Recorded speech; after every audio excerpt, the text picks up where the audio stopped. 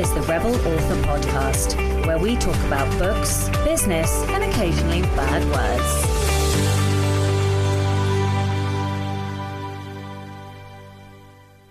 Hello, Rebels, and welcome to episode 152 of the Rebel Author Podcast. Today, I'm talking to Lucinda Halpern, a literary agent, and it is an enlightening episode. We dive into all kinds of things literary agency landscape, and it was a schooling for me. I thoroughly enjoyed talking to her. She's a power girl and I loved it. And I hope that this provides listeners who are either thinking of going hybrid, wanting to be traditionally published, or perhaps just expand their portfolios, lots of help and tips and tricks. But first to last week's question, which was, are you a TikToker? So Rhiannon Stephanie said, eek, I love A.K. Mulford. Their books are so good, such a great episode. In answer to the question, yes, I am a TikToker. I started in February 2022 and it's really helped me come out of my shell and get on camera, as I know how important that can be for consumers. You can find me and my chaos on TikTok over at author Rhiannon Williams. Ian Worrell said, not yet, but soon. So this week's question is, where was the last holiday you took or the last fun place that you've been? The book recommendation this week is Put Your Ass, or Ass as it actually is, American words, Put Your Ass Where Your Heart Wants to Be by Steven Pressfield.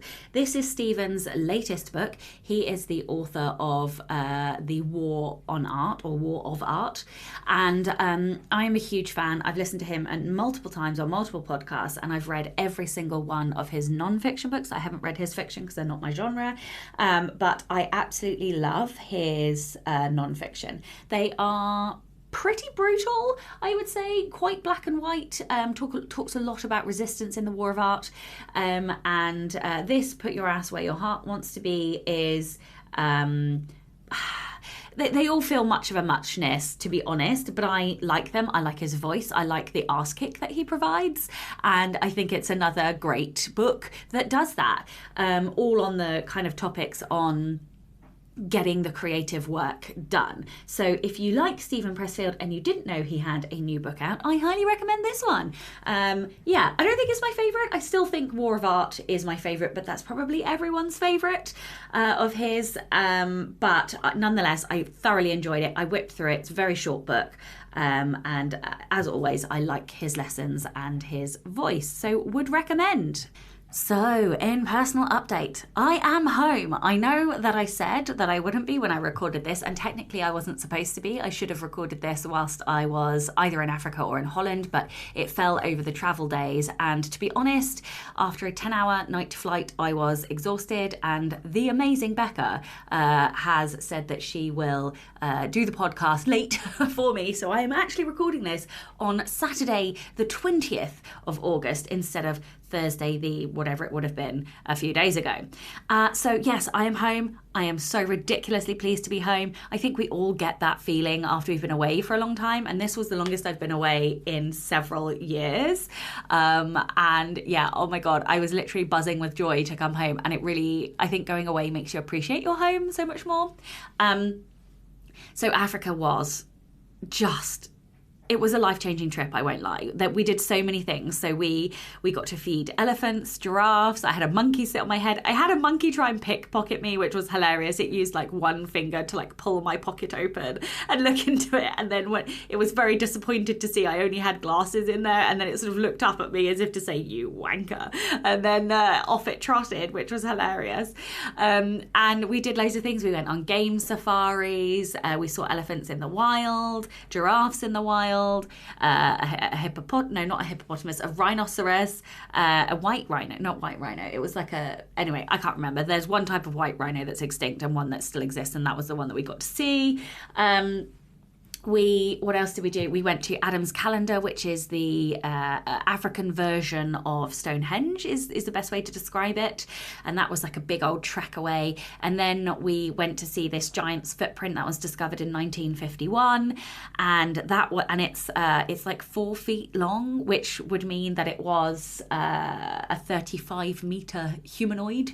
And the local mythology says that they reference the Bible, and I think it was like the Nephilim or something. I can't remember the exact. I'm not very good at remembering exact details like this. I don't really do historical details, but anyway. It was amazing, and there was lots of interesting myths and sort of local history related to this footprint and where it had come from. And I think I will probably send Becca some photos to add into the show notes so that you guys can see some of the things that we did.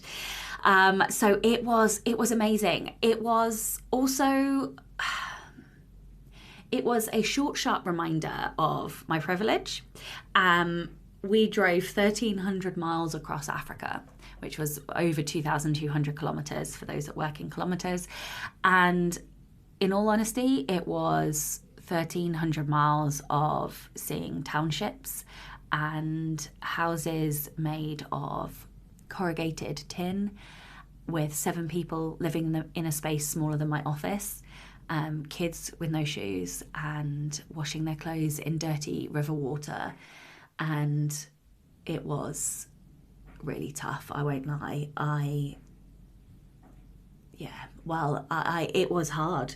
And it really reminded me that I have a lot of privilege, and that, I don't know, that was the toughest thing for me, and I don't think that will ever leave me. It was shocking and horrifying to see, you see poverty on the TV and in newspapers or wherever, and it exists, but I don't think you know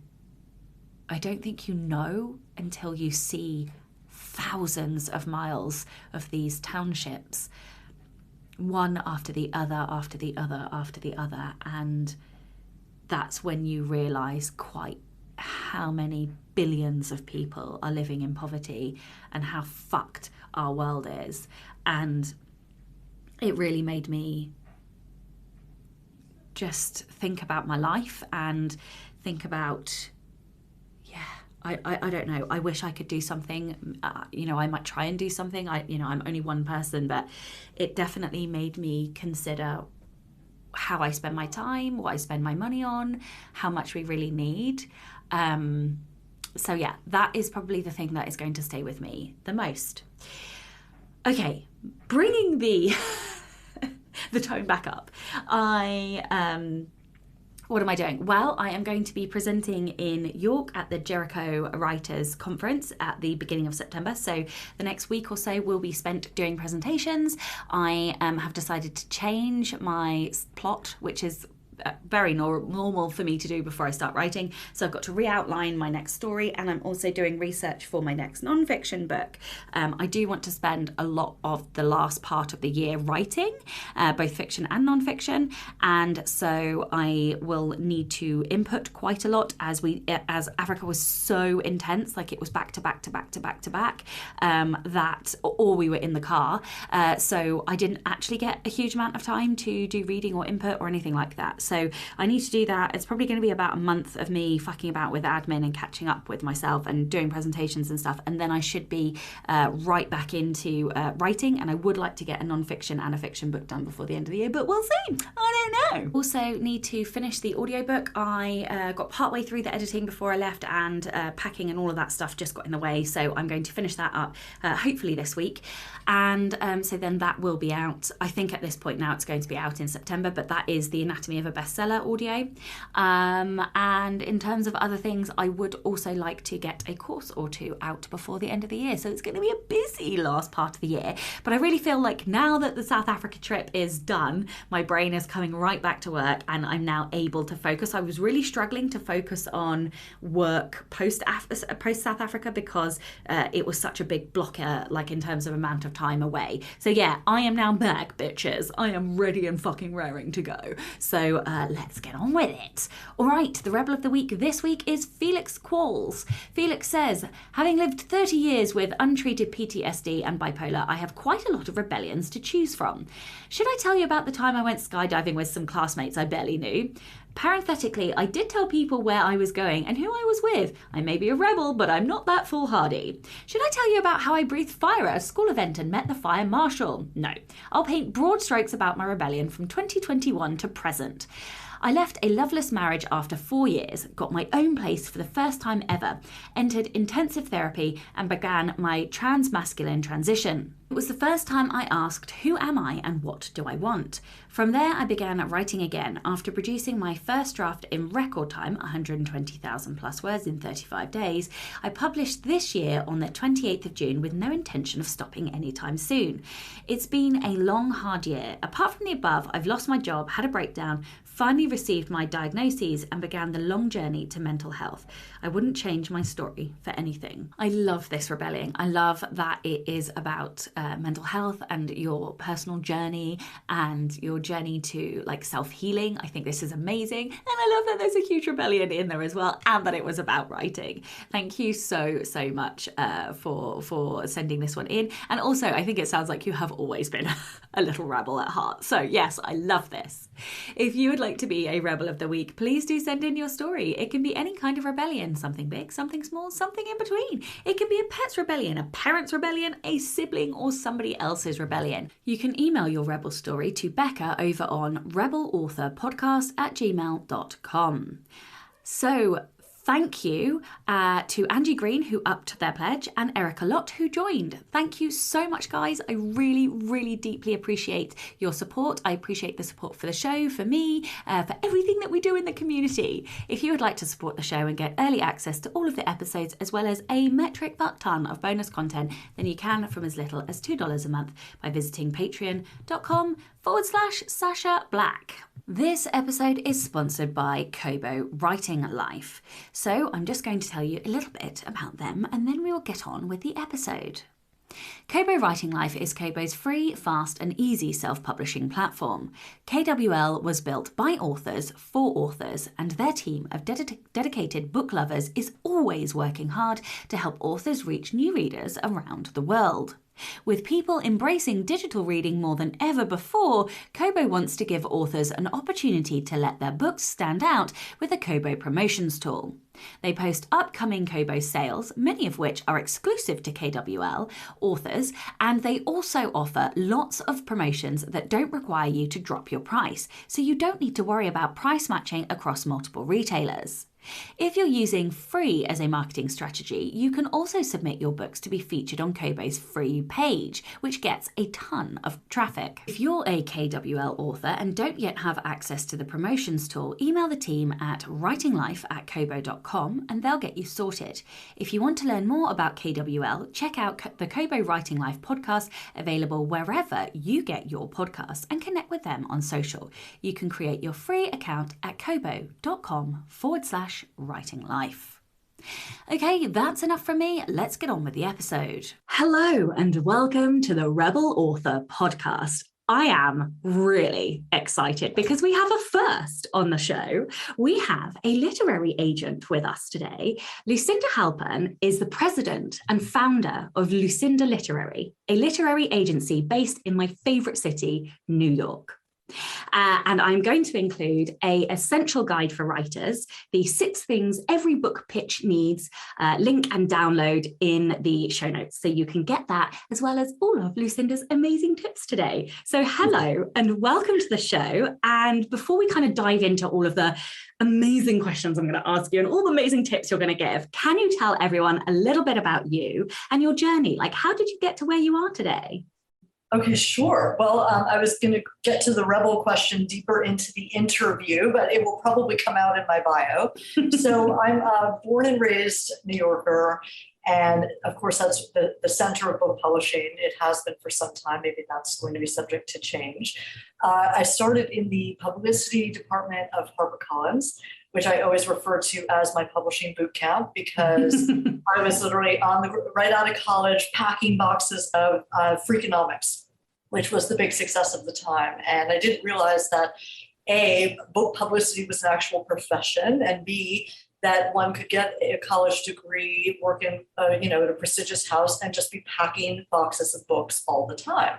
But I did learn so much there, and I moved on to Scholastic in an online marketing capacity. That's where I really developed an interest in online marketing for authors, because I thought there are these two things, and we don't know how to marry them, and they're becoming increasingly important. So I leveraged that marketing background in my mid-20s to join a literary agency. I knocked on about every door in Manhattan, and I got a job. Someone took a flyer on me, and I got to work with authors like Gretchen Rubin there, a number of other authors that my then boss represented, and helping them with marketing. And really, it was a great learning experience again. I was always born to be an entrepreneur, have my own business, long before the gig economy where every young person was doing that. So I was 27 when I started Lucinda Literary, and we're now over a decade old and still running, and we've innovated in so many ways. To touch briefly on that, I started with this sort of publicity and book representation hybrid. A few years ago, we opened a speakers bureau for authors because we were seeing that speaking was really where one could make money as an author, especially in the nonfiction and business space. We've now started courses and education and coaching, which I'm totally passionate about, and spend 90% of my time now developing and promoting. And we've got 4 other agents at Lucinda Literary who are actively building the pipeline and specializing in things as diverse as fiction, science fiction, fantasy, children's books, narrative nonfiction. So even though we were traditionally known for big idea books, practical nonfiction, popular science titles, we've now spread our wings, and there are just these terrific new agents building their lists at Lucinda Literary. So that was actually going to be one of my questions. Do you solely focus on nonfiction, or are you a fiction specialist as well?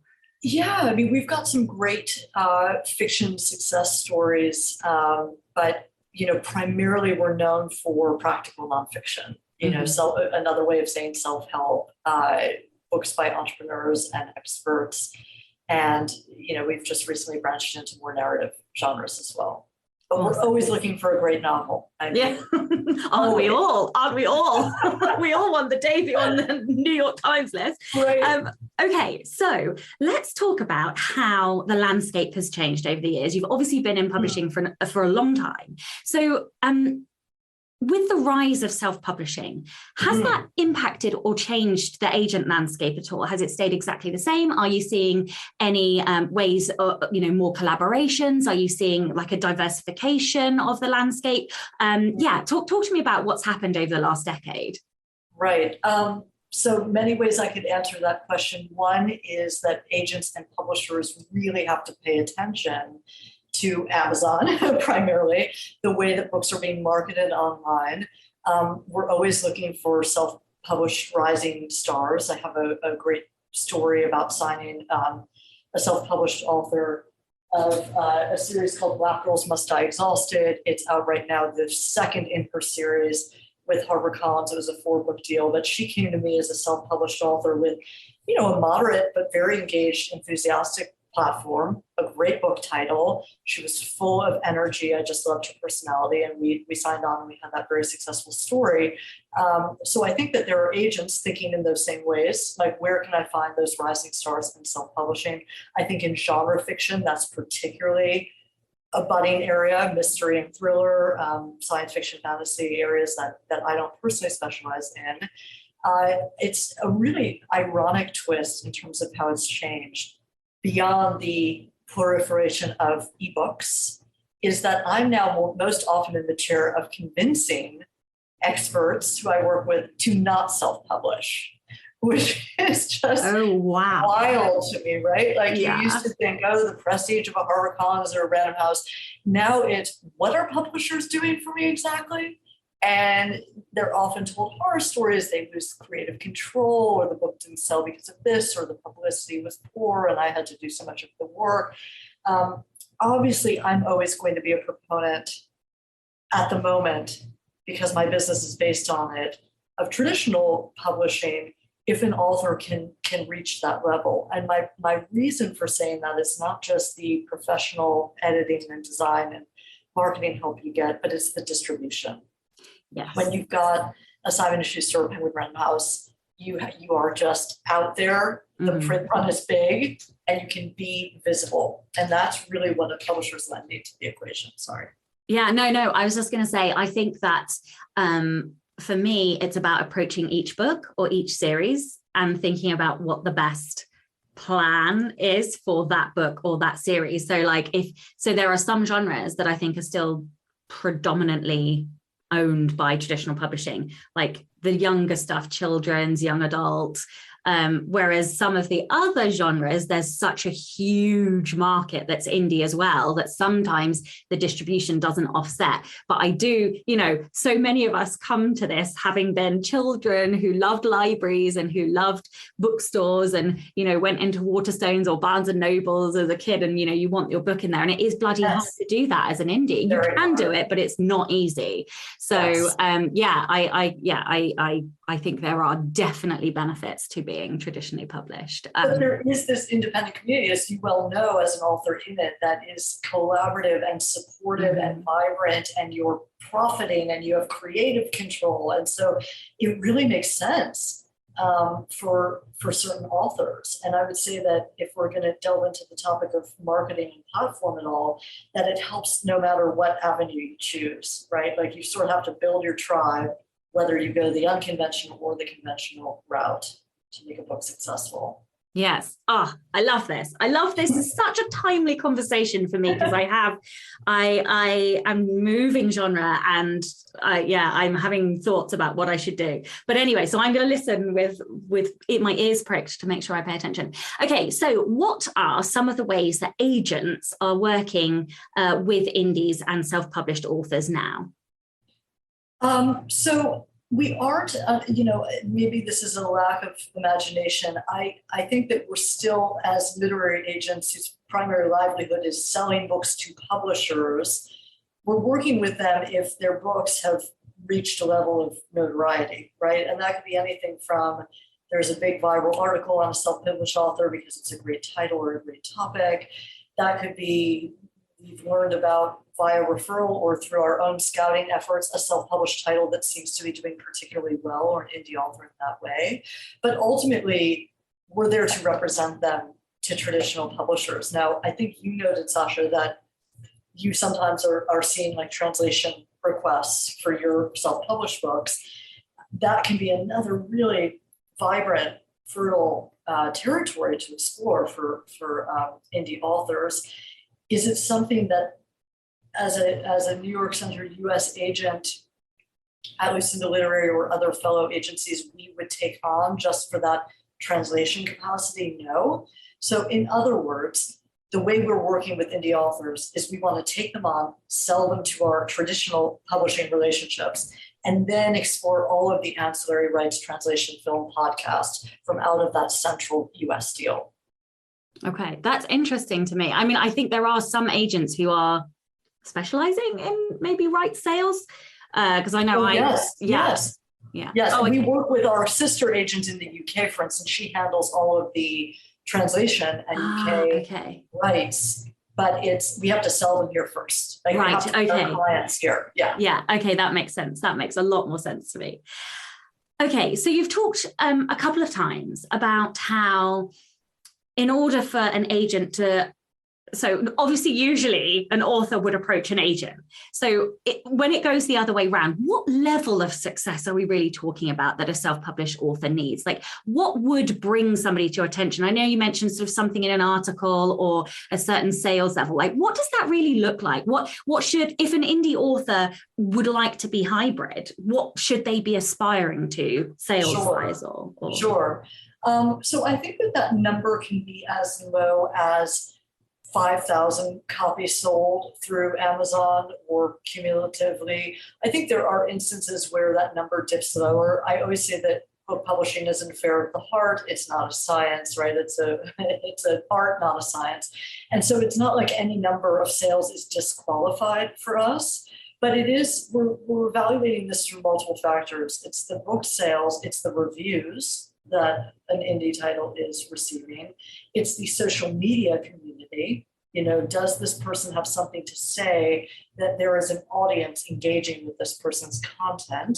Mm-hmm. And then in terms of the article I mentioned, it could be something as simple as you're writing an article that is connected in some way to your book topics, or it could be a journalist writing an article about you because your book has just for something like struck a chord in some way. Mm-hmm. The most recent example that comes to mind for that is an author who wrote a self-published book about being on OnlyFans. It was a fiction, it was a novel, but it was about her experience. And so the New York Times picked that up in the weekend paper about like what an interesting dimension she's exploring, and was commenting on the writing. I'm guessing that sold a lot of copies of her book. I'm guessing that if I represented that author, I could take her to publishers and say, look at this sort of like this, hub of attention that has circulated around her. So that's what I mean by an article. Okay. This is so interesting to me to get like an inside look at the thought process or what would spark attention. Like I'm fascinated by this. Let's move a little bit more towards authors approaching you. Mm-hmm. Mm-hmm. What are the most common mistakes? Because I am sure that you must get hundreds, if not thousands, of queries every single month. So what are those common mistakes that you see authors making? And how should they, what would make you hard pass immediately on a query package? Yeah, so it's interesting. I'm writing my little notes here. I've got this Instagram post. I've only recently started doing these reels at the recommendation of colleagues, but I have one that says, I don't know what your book is about. And I'm looking through the bookshelf. And unfortunately, this is the most common mistake. I read the query letter. I don't know what your book is about. Now, a fiction author in particular said, well, I just gave you a synopsis, so that's what my book is about.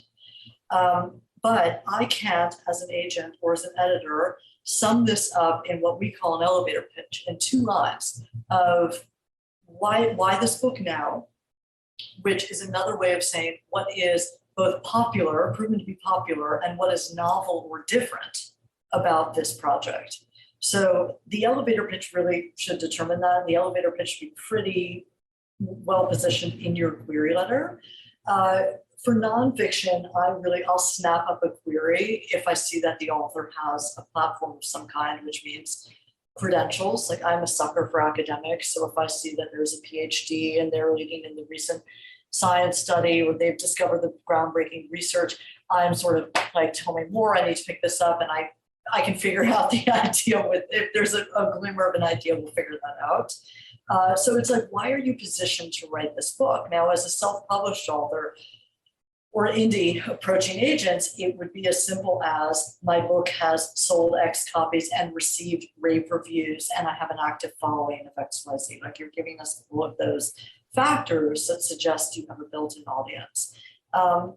The third thing I'd say that people really, really fail to do time and time again is include comps in their query letter. Also, do they exclude genre in their query letter? And I know that writers struggle with both of these things, and they especially struggle with comps and how do I go about choosing them? My simple formula, the way that editors are approaching this as well, is you're searching in Amazon for keywords.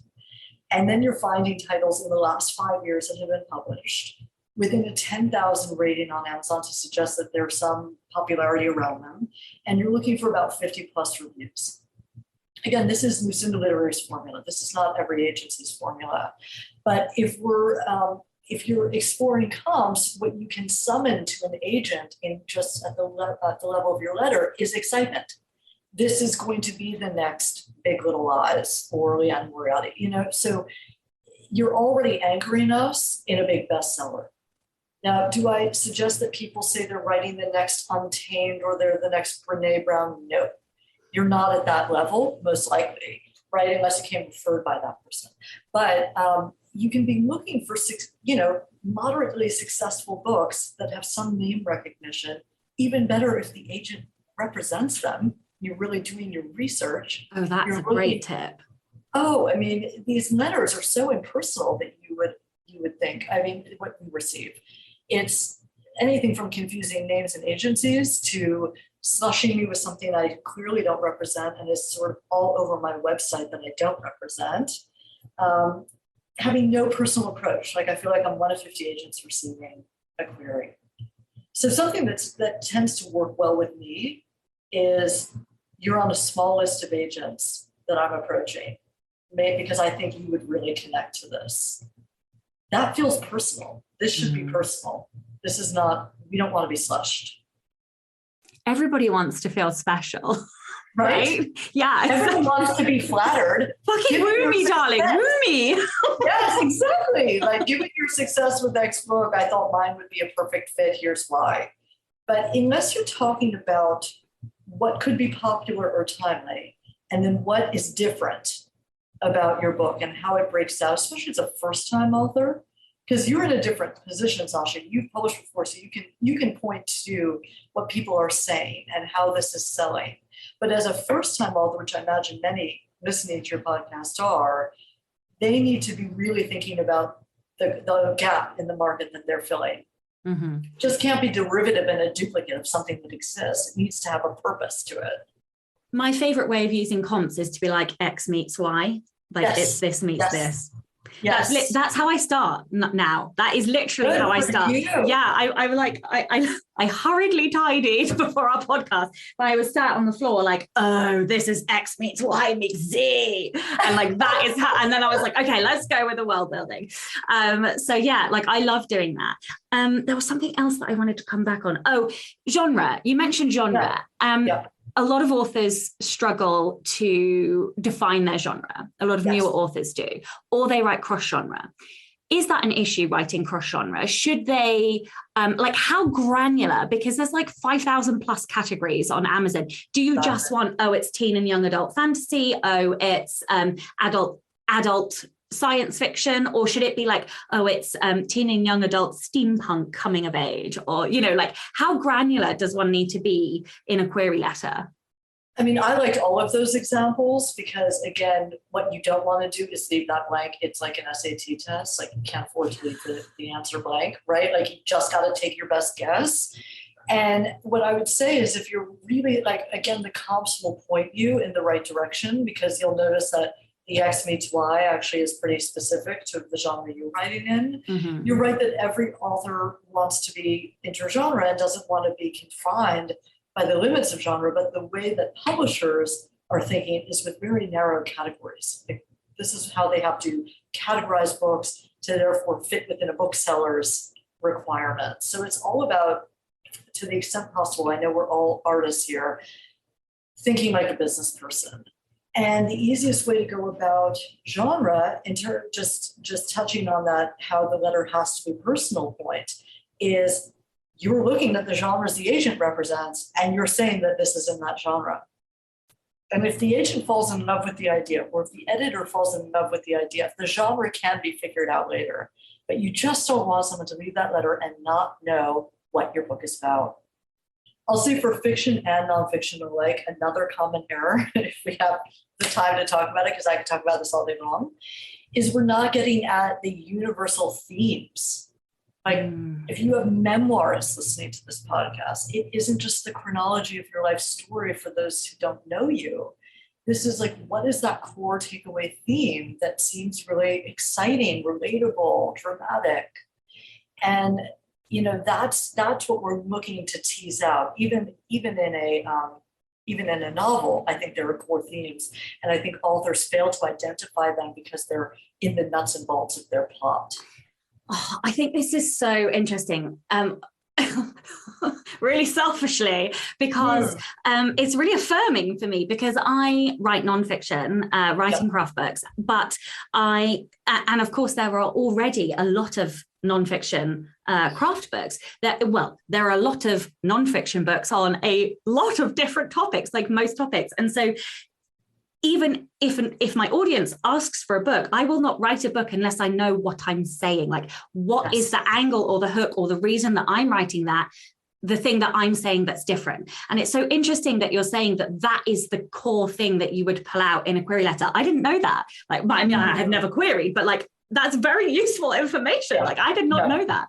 So, I find that fascinating. Like, just in terms of like the mindset and the way to approach a query letter, like what is the core thing you're saying with the book, I suppose? Yes, because the way we're you mentioned hook, which is another great aspect of a query letter or generally getting readers around a book. And I think that the way to think about creating your hook is what's surprising. In fiction, in particular, it's sort of what's going to be suspenseful. But the stakes have to feel very high for both fiction and nonfiction. Has to bring us in, but then there has to be something that we're unpacking. There have to be those layers if you're talking about a narrative product, right? Because we're all book people fundamentally. Those layers are where that larger theme is going to live. So I know I'm asking writers to do a lot with their query letter, but and again, we teach a lot of these things because there's a lot of elements that I've hit on here, but you have to be thinking really critically about those themes, those overall takeaways, whatever genre you're writing in. Oh, I find this so interesting. I love theme as well. It's like it's for me, it's like the thing that you start with, but also the thing that you stitch up at the end. It's like that thing that you sew the light little tweaks of symbolism in right at the end in that final layer of editing. So yeah, I love that. I did have another question, but like my brain is racing because I want to ask so many things.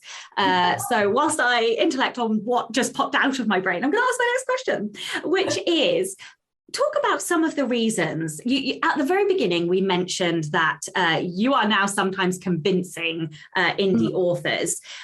So talk about that. What are some of the benefits? Either moving more towards a hybrid approach or going all in with traditional publishing? Like, how would an author know?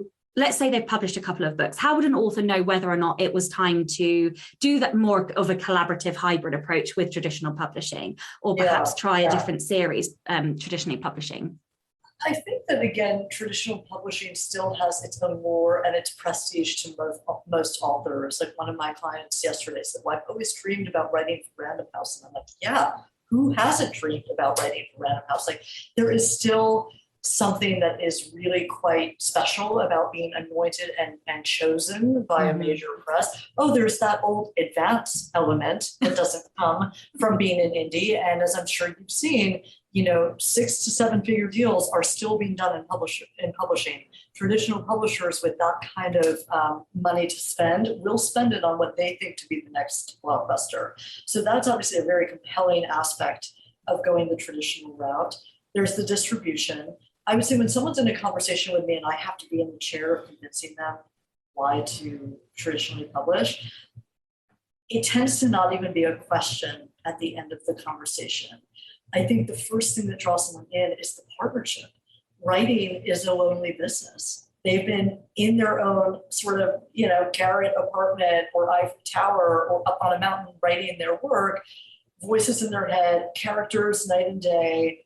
It's like this burning desire. And then you talk to an industry professional and she says, I want to help you develop this and bring it to market. And I think I can make it so much bigger than what you're envisioning. And it's like, how do I not want to take that person on, right? You're not paying that agent until she's gotten you the book deal. So it just feels like the best partnership that you finally found someone who shares your vision and wants to make magic with you.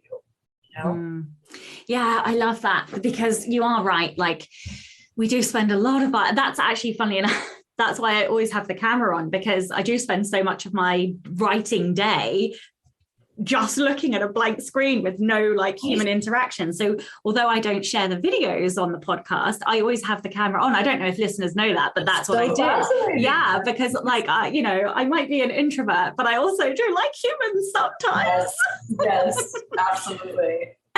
One of the things I wanted to ask was about big book ideas. We've sort of talked a little bit about hooks, and we've talked a little bit about how to shape the query, but how do you know what's high concept enough to pitch? What even is high concept? Like, how do you find that big idea? Sure. Oh my goodness. Love this topic as well. And I give a whole webinar on this. It's so hard to just kind of distill this down. I guess I would say that most writers are thinking too small, right? Again, they're in the weeds of their characters and the plot they want to tell, and they're not looking at what the marketplace is asking for or wants, right? So it's a little bit of reverse engineering. You go to the Amazon pages of those comps or the book that influenced you, the last book that you loved, and you look at what their Amazon description looks like, and you see what the hook is, you see what the draw is, you see what the takeaway is going to be for the reader. And that is going to tell you, is this kind of a big enough idea? Now, if we're talking nonfiction, I'm going to go back to that timely but different equation, like that this is all the rage. And an example that I give all the time, one of our best-selling authors, Kate Flanders, she wrote a book called The Year of Less, and it was a Wall Street Journal bestseller, and it sold hundreds of thousands of copies. Why was that as successful as it was? Well, not merely because Kate is a rock star and I love her and she's a best friend. It's because, and not only that, but she grew her following in a really authentic way. It wasn't about ads, advertising, marketing. It was just, I want to build a community of minimalists, of people who sort of share the spirit of we've consumed too much. She was trying to get herself out of debt. She was getting sober. There were so many things that she was trying to declutter in her life. And when she approached me with this book, which, by the way, The Year of Less is something we came up with together, and it turns out to be a really popular title. When she approached me with this, it was just sort of on the cusp of van life and minimalism and pre-Marie Kondo. And so she got to really be, but she had the foresight, right? And publishers are futurists. We have to be thinking 5 years out. So I guess I'm trying to give you some practical examples of ways to be high concept. It's really about looking at the trends, then looking at how those trends are going to be blowing up and figuring out, how can I fit within that landscape. So how does one do that? Because, I can see that vampires are coming back, for example. They are a cyclical trend, right? So any indie author who has a vampire series, you're about to make a lot of money. But for me, I love looking at the market. Everyone listening now needs to drink because I talk about it all the time. But I don't know if you've ever heard of Clifton Strengths, but there is this whole Don Clifton. He did like this psychological personality like profiling based on success metrics, and my number one strength is competition. But what we do is we look at the market. So like we have like a really wide angle lens, and we do a lot of comparing, which there's that whole phrase, comparison is a thief of joy, but not for me, because that's how I understand, that's how I process. That is my like reality for understanding how things work. But for those authors who aren't like me, which is most people, because it's one of the lesser common strengths, how can they future gaze? What do they need to be looking at? Is it the news? Is it the rankings? Is it TikTok? Like, how do they future gaze and predict things? So something I say that writers find surprising is that agents and editors are not thinking of comps purely in terms of book titles. So looking at the landscape by way of what are the popular podcasts, what series are people binging on Netflix, what is the article that's gone viral, who on TikTok is growing a tribe. Like, these are all signs of those trends that are burgeoning. And so I think that that's something we need to pay attention to. And it's tough for writers because, again, they're creatives, they're often introverts, they have to have the discipline to be on their own writing their work, but there's got to be a combination of like understanding what the audience wants. And social media can be a great forum in this way. A lot of my authors or my writers start as being very social media phobic, but then recognize that the virtues of that are you're road testing your idea. I gave you an example of our Instagram post that I can't for the life of me understand why that's our most popular. I thought it was sort of like too snarky. But you start to see, like people like this in my voice, or people really love this idea. I mean, for nonfiction, it's so much easier, right? It's like, if you're an expert of some kind, what is the question that you are most commonly asked? And that is what your book should answer. That is what people are seeking you for, what makes you positioned to write a book. So yeah, and the other thing that I'm going to say, and all my listeners are going to hate me for this, but occasionally you'll get a 1-star review that will just be amazing. I got this is like, I actually use this in marketing, but I got a 1-star review that said, oh, if Deadpool was a professor, he would be teaching you craft. And I'm like, oh my God, that's the best description of me ever. Like, if I would kill to be taught by Deadpool, you know? So gosh. It's like you're, even if your 1-star reviews hurt, sometimes they can actually capture like the core of what is actually also brilliant, because lots of people are going to hate that, but lots of people are going to love that. So yeah, like that's another way just to look at like that core thing that you were talking about. The other thing about Amazon reviews, to interrupt you for a moment, I mean, authors can be crushed by them, but anyone who has like 5-star, 5-star, 5-star, 5-star review, we're already finding it inauthentic and too falsy. It's like you want to have someone who has a negative review, because that feels much more authentic. And I think the research is that people are not as inclined to write something that they feel is just fake and paid for, rather than something more that falls more in the middle. But those can be interesting data points, just as you said, like, I want to see more of X. And so that's the next book that you focus on. Like why, or this was missing Y, or just as you said, that's such great feedback. I love the fact that my book didn't do that, right? Like welcome haters. Like, exactly. Yeah, let's bump this up, because everybody who loves Deadpool is going to want to buy my book. I love it. I literally love it. Earlier on, you mentioned that agents work in partnership with authors. So I just wondered if you could talk about some of the things that you do to support an author, like, because I don't really know, I don't have any experience, well, not much experience of what working with an agent is like. So just, you sort of mentioned like working on a title and things. So like, what kind of stuff do you do together? Yes.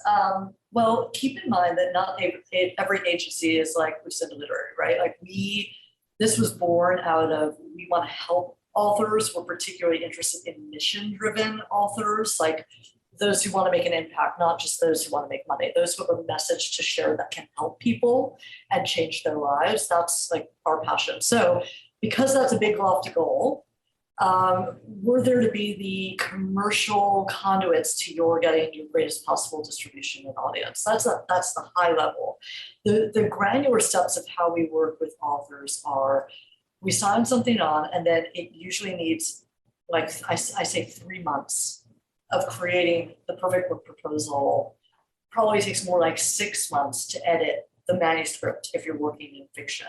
And you might come to us, and you should come to us thinking that your product is done, but then you're going to find there's so much more work to do in partnership with someone.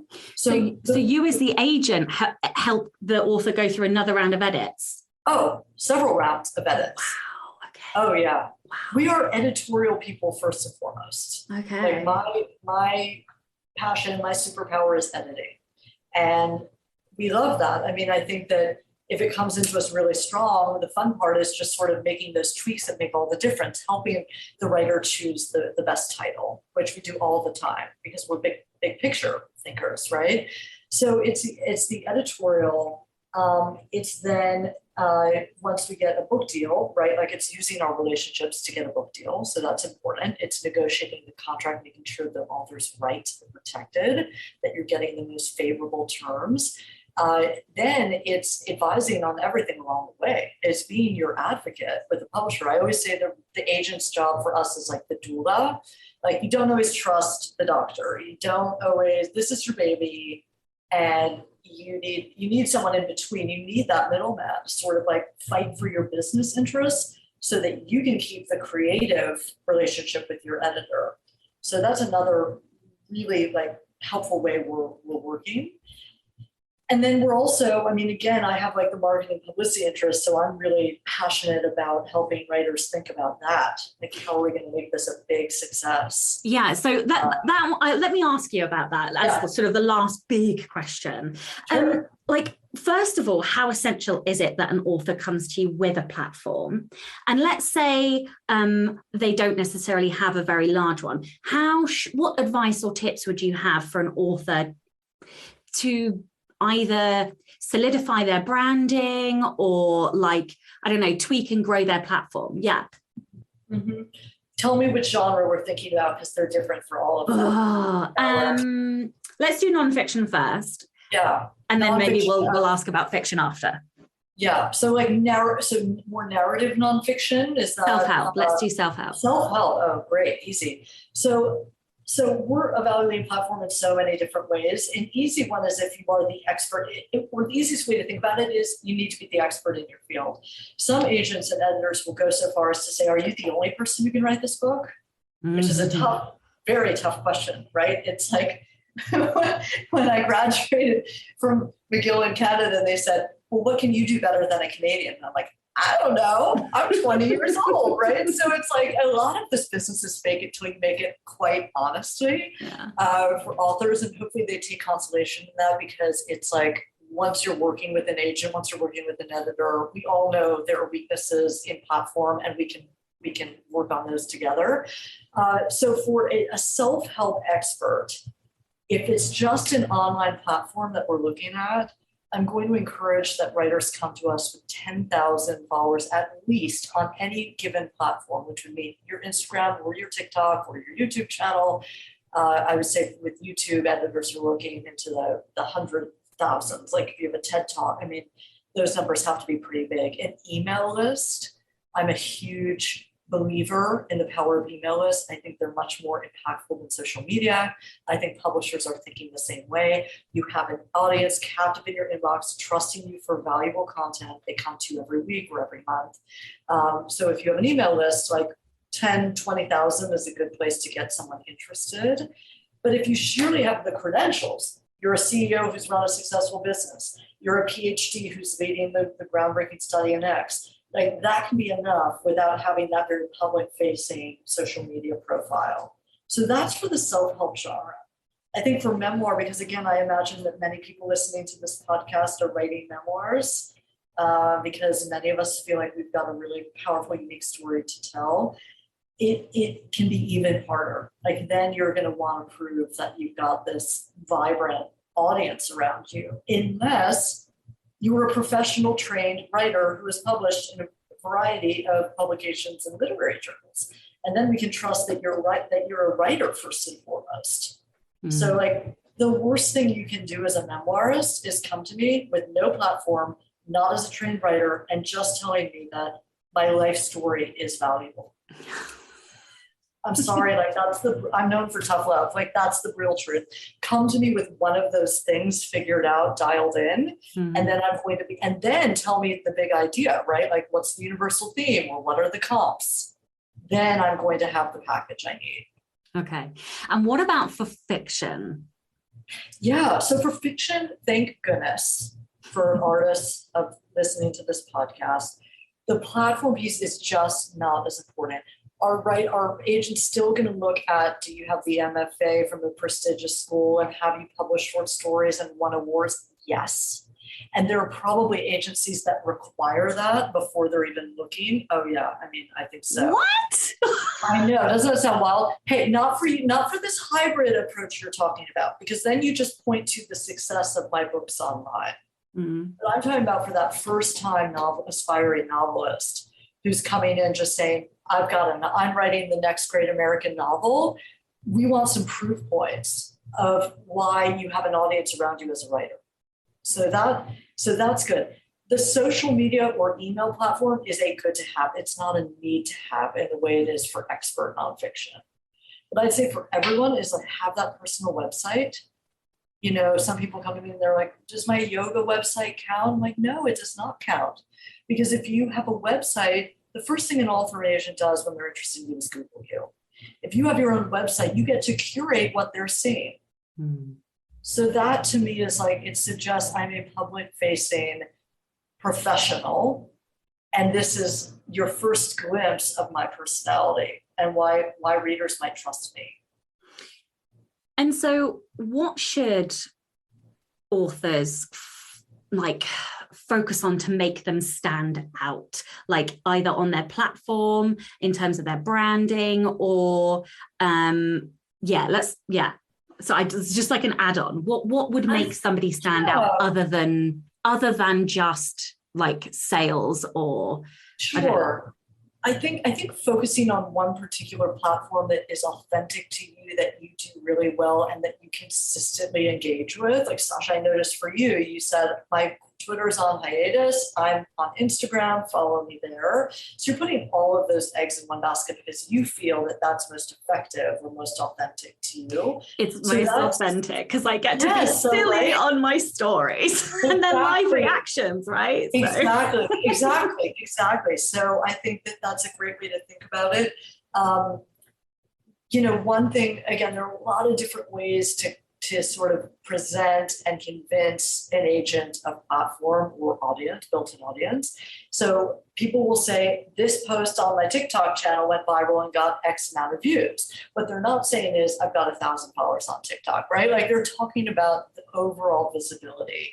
Another thing that fiction and nonfiction writers will do also that counts as like a platform piece is network. Here are the authors that I'm connected to who can support my work.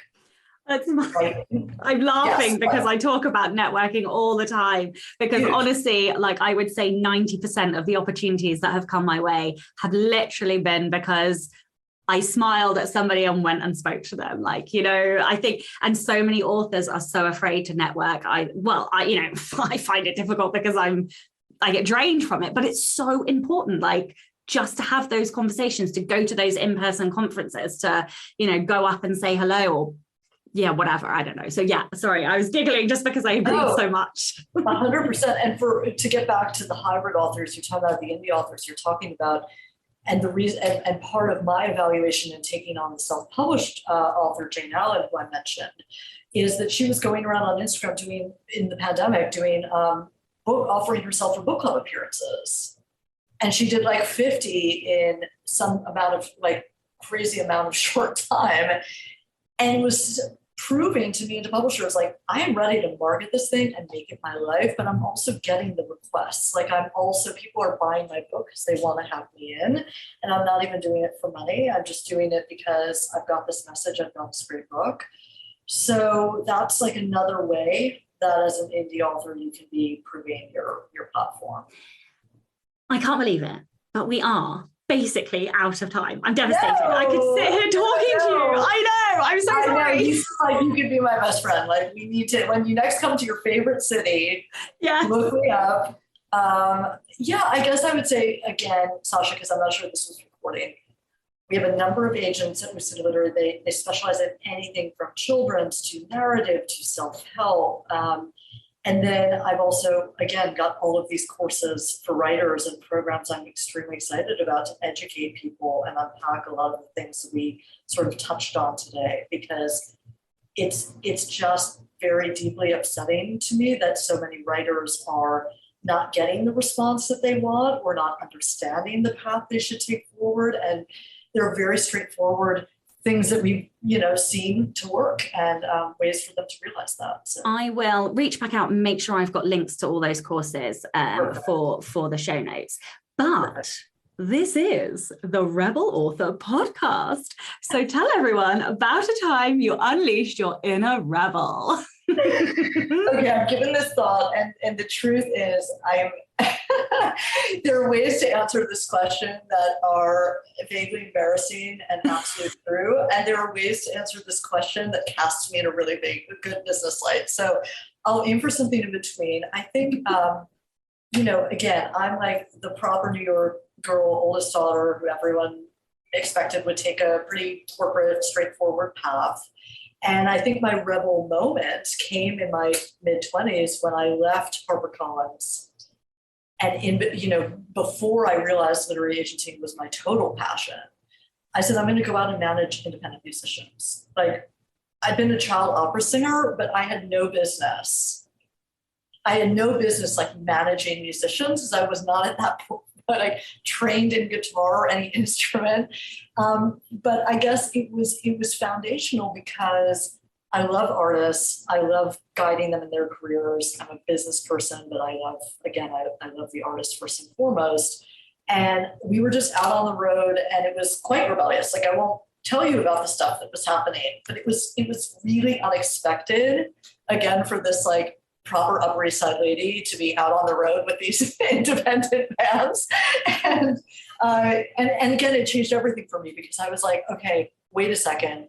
I love this, but I want to do it for writers where I actually have some expertise and some training, and I can marry these two things, my love of artists and my love of business. And so that rebellion, the smattering of non-commitments that is my resume, became my greatest asset.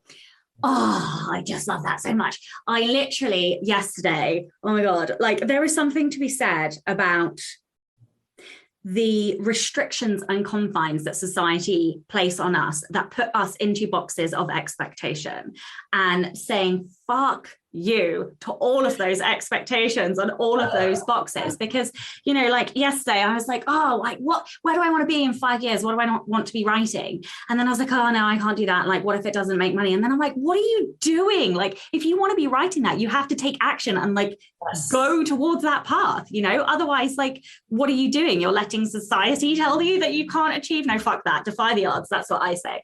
So yeah, I love that so much. Thank you so much. Would you like to tell everyone where they can find out more about you? Oh, sure. It's our website, super simple, lucindaliterary.com. And there you'll find everything from, who works with our agency to how to query us to all of the courses and educational programs I mentioned. So it's all there. Amazing. Thank you so much for your time today. Thank you, Sasha. Please look me up when you're in New York. This has been so much fun.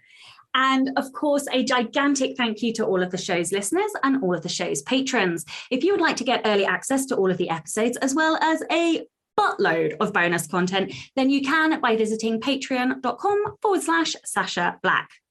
I'm Sasha Black. You were listening to Lucinda Halpern, and this was the Rebel Author Podcast. Next week, we've got one of my writing BFFs coming on the show, Helen Scheurer, and she is going to be talking all about her new book, How to Write a Series. So join me next week for that.